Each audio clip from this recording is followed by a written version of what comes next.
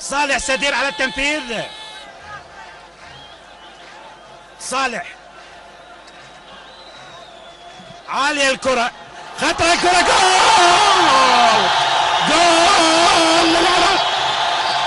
هوار الملا محمد يفتتح التسجيل بالدقيقة 20 من عمر المباراة.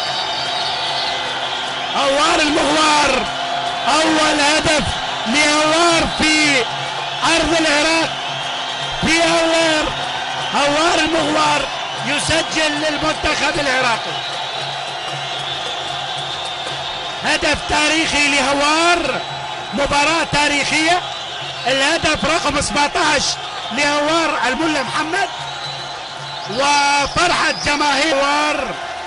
والإعادة من صالح، جميلة الكرة الرأسية من سلام شاكر، وهوار المغوار يسجل الهدف.